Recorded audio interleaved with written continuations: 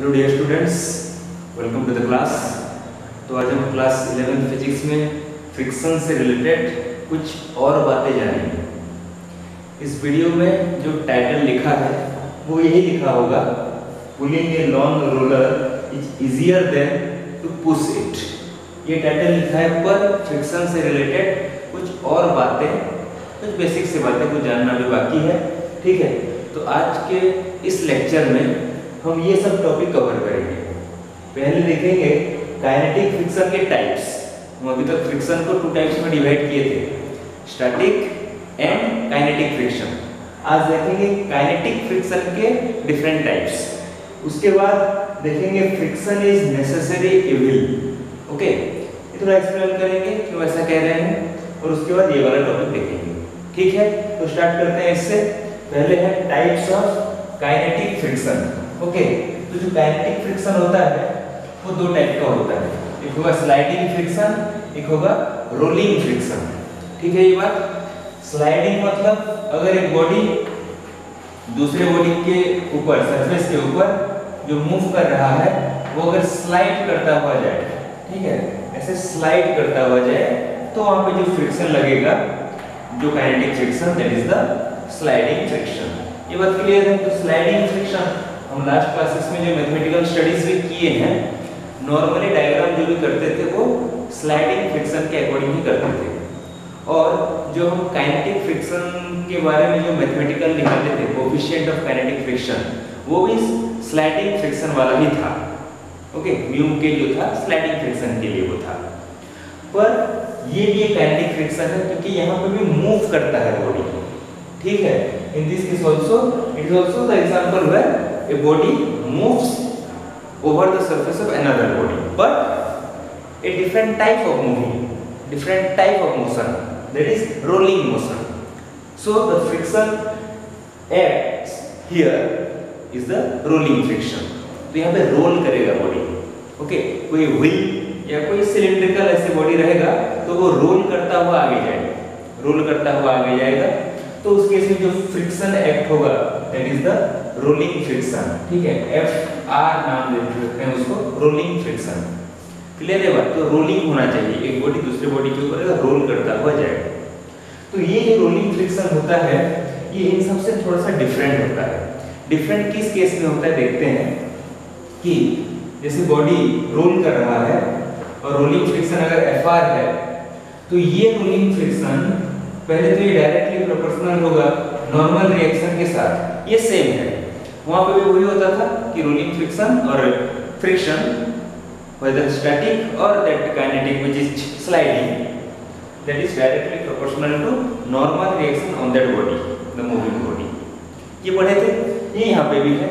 और साथ में ये इनवर्सली प्रोपोर्शनल होता है R, मतलब रेडियस ऑफ दैट व्हील और सिलेंडर, जो रोल करते हुए जा रहा है, उस जो व्हील होगा या जो सिलिंड्रिकल बॉडी रोल करते हुए जाएगा, उसके रेडियस के साथ इनवर्सली प्रोपोर्शनल होता है। ये यहाँ पे मैथमेटिकल एक्स्ट्रा चीज है उससे। तो यहाँ पे कंबाइन ये बन जाएगा FR प्रोपोर्शनल टू N/R। तो FR इज इक्वल टू यहाँ पे कांस्टेंट म्यू R N/R। ठीक है, तो इस म्यू R को हम कहेंगे coefficient of rolling friction, coefficient of rolling friction. ठीक है, तो डिफरेंस यहाँ पे फील करते हैं। स्लाइडिंग के केस में कुछ ऐसा फॉर्मूला हम लिख सकते हैं, Fk इक्वल टू म्यू के इनटू n। तो यहाँ पे जो म्यू के है कोफिशिएंट ऑफ स्लाइडिंग फ्रिक्शन, ये एक यूनिटलेस डायमेंशनलेस फिजिकल क्वांटिटी होगा, बिकॉज़ फोर्स बाय फोर्स होगा। पर यहाँ पे ऐसा नहीं है। ठीक है, यहाँ पे इसका ये वाला एक डायमेंशन आएगा, लेंथ का एक डायमेंशन आता है। ठीक है, क्योंकि फॉर्मूला अलग है इसमें, तो लेंथ का डायमेंशन आएगा, तो SI यूनिट भी इसका रहता है, वो यूनिटलेस है। और रोलिंग फ्रिक्शन का कोएफिशिएंट SI यूनिट मीटर में रहता है इसका।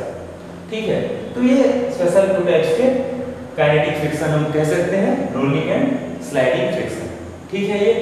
अच्छा, अब नेक्स्ट टॉपिक में देखते हैं, friction is a necessary evil कहते हैं। फ्रिक्शन को एक नेसेसरी इविल मतलब बहुत ही जरूरी है और एक राक्षस है, जरूरी राक्षस। यही है ना, ऐसा इसलिए कह रहे हैं क्योंकि फ्रिक्शन के पास उसके मेरिट्स भी होते हैं, ठीक है, और साथ में डीमेरिट्स भी होते हैं। हम अपने बचपन से पढ़ते आ रहे हैं, फ्रिक्शन का अपना मेरिट्स भी होगा, डीमेरिट्स भी होगा। मेरिट्स बहुत सारे हैं, जैसे कि पहला है we are able to walk, हम चल पाते हैं अपने पैरों से, हम चल पाते हैं फ्लोर के ऊपर, किसी सरफेस के ऊपर ड्यू टू फ्रिक्शन। फ्रिक्शन अगर जीरो होता तो हम फिसल जाते हैं, चलने में डेफिनेटली दिक्कत होता है वहां पे।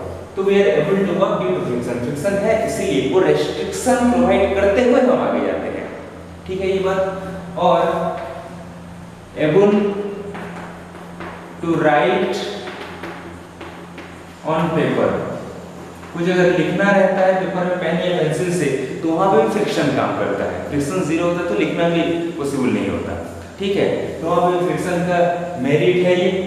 और क्या हो सकता है फ्रिक्शन का मेरिट, जैसे अगर हम देखते हैं डिफरेंट अपने जो हम पहनते हैं शू या चप्पल जो भी पहनते हैं उसके नीचे भी रफ सरफेस किया रहता है, ओके, फ्रिक्शन प्रोड्यूस कराने के लिए, ताकि वही बात है ताकि चलने में आसानी हो, ठीक है। ये मेरिट्स हो सकते हैं। और मेरिट्स यहाँ पे देख सकते हैं हम, जैसे कि सीरीज, और बहुत से मेरिट्स हो सकते हैं। यस, टायर्स भी वैसे हम रफली कंस्ट्रक्शन किया जाता है उसका सरफेस ताकि फ्रिक्शन वहां पर प्रोवाइड कर सके। ब्रेक्स, ये वाला एक पॉइंट हम बोल सकते हैं, हम जो व्हीकल में जो ब्रेक्स अप्लाई करते हैं, ब्रेक्स ऑफ व्हीकल्स, वो वहां पे फ्रिक्शन क्रिएट करता है, तब जाके अपना मतलब उसको रोक सकता है बॉडी को, ओके। ब्रेक जो अप्लाई होगा तो फ्रिक्शन होगा डेफिनेटली, तब जाके अपना काम होता है वहां पे, ठीक है। तो ये तो बहुत सारे पॉइंट्स हो सकते हैं ऐसे मेरिट्स में। मेरिट्स है इसलिए नेसेसरी। इवन मतलब डीमेरिट्स है उसमें, डीमेरिट्स में कहां पे आता है, मशीन्स के केस में आते हैं, ठीक है। अगर ज्यादा फ्रिक्शन हो जाए तो मशीन के पार्ट्स डैमेज हो सकते हैं, ठीक है। ज्यादा फ्रिक्शन हो जाए तो उस फ्रिक्शन को ओवरकम करने के लिए, फ्रिक्शन को ओवरकम करने के लिए हमें लार्ज वर्क डन करना होगा, लार्ज एनर्जी स्पेंड करना होगा, ओके। तो मेनली मशीन्स में ये दिक्कत रहता है फ्रिक्शन ज्यादा होने से, ठीक है ये बात। तो मेरिट्स भी हैं, डीमेरिट्स भी हैं, इसलिए कह रहे हैं friction is a necessary evil. जहां पे इविल की बात आती है, डीमेरिट्स, तो कुछ प्रोसेस भी डेफिनेटली होता है हमारे पास ताकि हम फ्रिक्शन को रिड्यूस कर सकते हैं, ओके। रिडक्शन, अगर फ्रिक्शन को हमें रिड्यूस करना है, रिडक्शन ऑफ फ्रिक्शन, तो हम यूज कर सकते हैं लुब्रिकेंट्स, ओके। ये सारे पॉइंट्स हमारे बुक्स में दिए रहते हैं, नॉर्मली भी हमें इन जनरल पता भी है, जीके टाइप से लुब्रिकेंट्स यूज करते हैं, ठीक है। या फिर हम यूज कर सकते हैं कोई भी, जैसे यस, हम लुब्रिकेंट्स यूज कर सकते हैं, पॉलिश कर सकते हैं, ठीक है। लुब्रिकेंट्स यूज कर सकते हैं, इसको पॉलिशिंग, पॉलिश कर सकते हैं ताकि फ्रिक्शन को रिड्यूस कर सकते हैं, ठीक है। तो बेसिक सी बातें हैं, कैसे हम फ्रिक्शन की मेरिट्स डीमेरिट्स स्टडी करते हैं या कैसे रिड्यूस करते हैं, तो डिफरेंट पॉइंट्स है।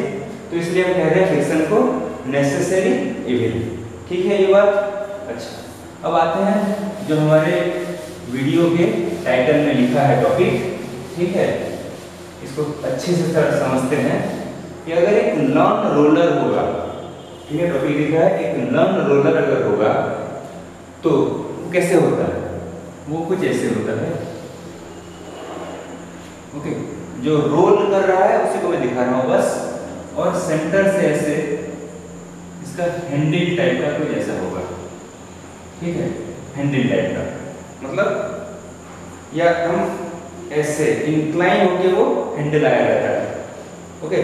तो यहाँ पे देखेंगे कि उसको पुल करना, उसको ऐसे पुल करना ज्यादा इजी होगा कंपेयर टू पुश करना। अगर पुश करें तो वो आगे बढ़ेगा पर उतना इजी नहीं होगा, पुल करेंगे तो वो इजीली आगे बढ़ेगा, ठीक है। तो उस चीज को प्रूव करेंगे हम फ्रिक्शन का जो मैथमेटिकल रूल है उसको यूज करके, ओके। कैसे ये होता है, पहले हम यहाँ पे ये पुलिंग वाला कंडीशन देखते हैं। अगर हम इसको पुल कर रहे हैं, पुल मतलब ऐसे खींच के लेके जा रहे हैं, जब पुल करेंगे तो फोर्स इस तरफ एक्ट करेगा, ठीक है, अप्लाइड फोर्स इस तरफ होगा। अब ये एक बॉडी है तो इसका वेट कुछ इस तरफ काम करेगा, इसका वेट डाउनवर्ड काम करेगा। क्लियर है बात? नॉर्मल रिएक्शन इस तरफ काम करेगा। ठीक है, ये हो गया applied force, weight, normal reaction. ठीक है, अच्छा सपोज ये जो अप्लाइड फोर्स है वो इस हॉरिजॉन्टल के साथ थीटा एंगल बनाया है। अप्लाइड फोर्स हॉरिजॉन्टल के साथ थीटा एंगल बनाया है, तो इसकी कंपोनेंट्स निकाल सकते हैं according to resolution of vector. तो इस तरह में कंपोनेंट आएगा f cos थीटा, इस तरफ कंपोनेंट आएगा f sin थीटा। ठीक है, दो कंपोनेंट f के। अच्छा, अब इसका फ्री बॉडी डायग्राम बनाते हैं। ये बॉडी हो गया। ओके, फ्री बॉडी डायग्राम बनाने के लिए इस पे वर्टिकली नॉर्मल रिएक्शन है, f sin थीटा है, और नीचे की तरफ वेट, और इस तरफ लग रहा है f cos थीटा। ठीक है ये बात। अब ये आगे बढ़ेगा तो डेफिनेटली फ्रिक्शन काम करेगा। फ्रिक्शन का डायरेक्शन इस तरफ होगा, इसको पुल करेंगे ये इस तरफ जाएगा, फ्रिक्शन F इस तरफ काम करेगा। ठीक है, इस तरफ होगा फ्रिक्शन। ये क्लियर है? अच्छा, अब यहाँ पे इस पे देखते हैं नॉर्मल रिएक्शन कैसे काम कर रहा है। ऊपर की तरफ ये ना तो ऊपर जा रहा है ना ही नीचे जा रहा है, जाएगा तो आगे। तो ये अपवर्ड और डाउनवर्ड फोर्स जो है, वर्टिकल फोर्सेस, एक दूसरे को कैंसिल करेंगे। मतलब हम लिख सकते हैं n plus f sin theta is equal to w। Clear? तो normal reaction n equal to हो गया w minus f sin theta. ठीक है, w minus f sin theta, ये नॉर्मल रिएक्शन। तो यहाँ पे अगर हमें निकालना है फ्रिक्शन, तो फ्रिक्शन इक्वल टू होगा उसका coefficient of that kinetic friction, mu के लिखते हैं, कोफिशिएंट इनटू नॉर्मल रिएक्शन, ये होता है फॉर्मूला। तो कितना आया ये म्यू के, इसको यूज कर देते हैं w minus f sin theta. ठीक है, तो इतना आएगा फ्रिक्शन। ये किस केस में है? पुलिंग के केस में है। इतना फ्रिक्शन आ गया। अच्छा, अब ये पुश वाला केस देखते हैं। ठीक है, यहाँ पे बनाते हैं सीरीज। अगर उसको पुश करें तो फ्री बॉडी डायग्राम को जैसे बनेगा, सीरीज डायरेक्टली करते हैं उसको। अगर पुश करें तो फोर्स इस तरफ ऐसे लगेगा।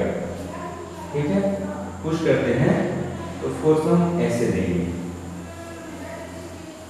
ठीक है, मतलब फ्री बॉडी डायग्राम में ऐसे ही बना सकते हैं इसको। इस तरफ देंगे फोर्स, अप्लाइड फोर्स। ठीक है, अब ऐसे देंगे फोर्स तो एमिशन क्या होगा कि ये इस तरफ आगे बढ़े, ऐसे पुल करेंगे तो इस तरफ गया, ऐसे पुश किए तो इस तरफ आएगा। ठीक है, तो उसका मोशन इस तरफ होना है, तो उसपे फ्रिक्शन जो लगेगा वो स्मॉल f इस तरफ लगेगा। ठीक है, उसके बाद सपोज ये एंगल बनाया हॉरिजॉन्टल के साथ थीटा। ठीक है, अगर ये थीटा हो गया तो इस तरफ काम करेगा f cos थीटा, आगे बढ़ना है इस तरफ इसके लिए, और नीचे की तरफ काम करेगा f sin थीटा। ठीक है, ये थीटा है हॉरिजॉन्टल के साथ फोर्स थीटा एंगल, ये cos theta f sin theta, और ऊपर की तरफ नॉर्मल रिएक्शन। ठीक है, तो यहाँ पे और नीचे की तरफ उसका वेट, नीचे की तरफ वेट। कितने सारे फोर्सेस होंगे फ्री बॉडी डायग्राम में, एबीडी में। अच्छा, ठीक है, यहाँ पे फ्री बॉडी डायग्राम इतना, वहाँ पे इतना। अब इस कोर्स का कोई काम नहीं है, बस कंपोनेंट दिखाने के बाद तो इसको नहीं दिखाना है। ये हो गए सारे। अब यहाँ पे भी ऊपर नहीं जा रहा है ना ही नीचे, तो n इक्वल टू यहाँ पे होगा w plus f sin theta. ये नॉर्मल रिएक्शन होगा, n equal to w plus f sin theta. तो फ्रिक्शन कितना होगा? म्यू के इंटू n, सो म्यू के w plus f sin theta. ठीक है, ये फ्रिक्शन है जब हम इसको पुल कर रहे हैं, ये फ्रिक्शन है जब इसको पुश कर रहे हैं, ठीक है, तो पुश करने वाला कंडीशन है। ओके, तो डिफरेंस देख सकते हैं, यहाँ पे फ्रिक्शन ग्रेटर है, series W minus F sine theta, यहाँ पे फ्रिक्शन यहाँ पे फ्रिक्शन कम है, W minus F sine theta, friction कम है, यहाँ पे W plus F sine theta, friction greater है वहाँ पे। ओके, तो ये जो F पुल है इसका फ्रिक्शन लेस होगा F पुश से, ऑब्वियसली, ठीक है। फ्रिक्शन कम किसमें है, पुलिंग में, तो फ्रिक्शन कम है, ऑपोजिशन कम है, तो ये ज्यादा इजी होगा।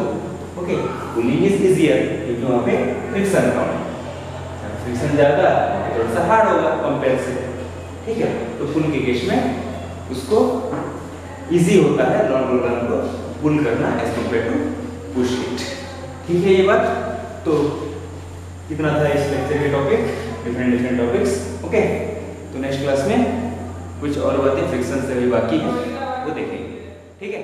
Thank you.